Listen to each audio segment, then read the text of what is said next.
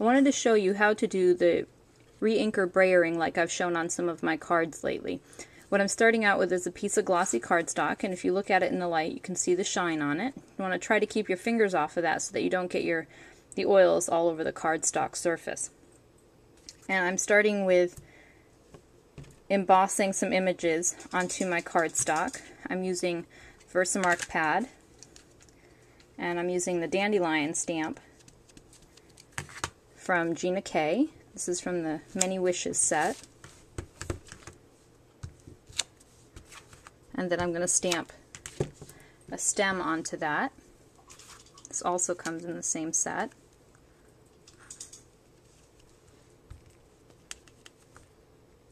And then I'm going to stamp the little dandelion fluff along the top of this, like it's blowing from the dandelion.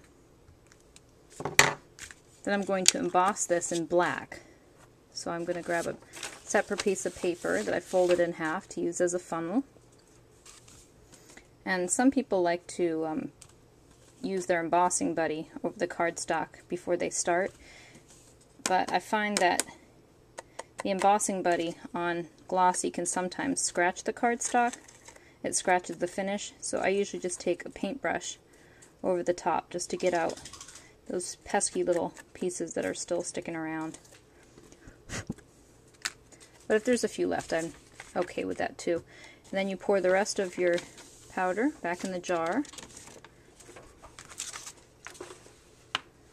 And then I'm going to emboss the image.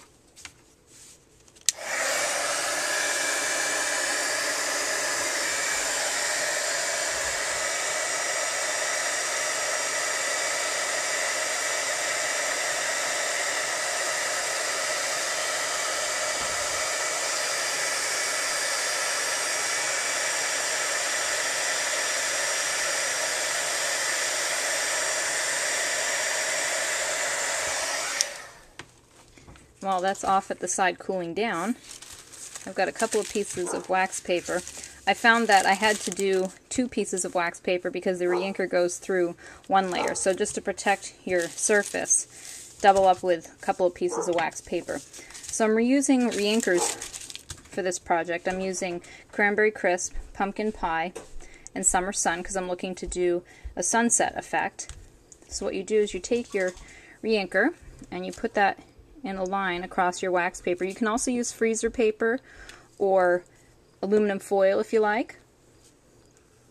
And even though the colors are beading apart on the wax paper, it's not a big deal because you're going to blend them later on with your brayer. Then you're going to take a little bottle of spritzer water or Stampin' Mist or stamp cleaner. All you're looking is just for the liquid. I spritz that over it, and taking the brayer, you go over the top of that just to get your brayer fully inked up. And then we're going to put the glossy cardstock down and then go over the top of that. And I usually work my brayer in a little bit of a V motion. If you can see the way I'm turning it, that blends the colors good for you. And if you want it a little bit darker, if you have some gaps on there, what you do is just pick up a little more ink off your wax paper and then just go back over the top.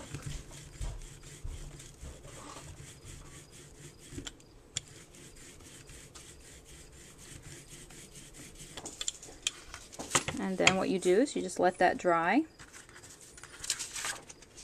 and then later on you can put that on your card. And if you want to check out more ideas, there's my blog, which is www.stampinmama.com. You can get lots of ideas from there too. Thanks!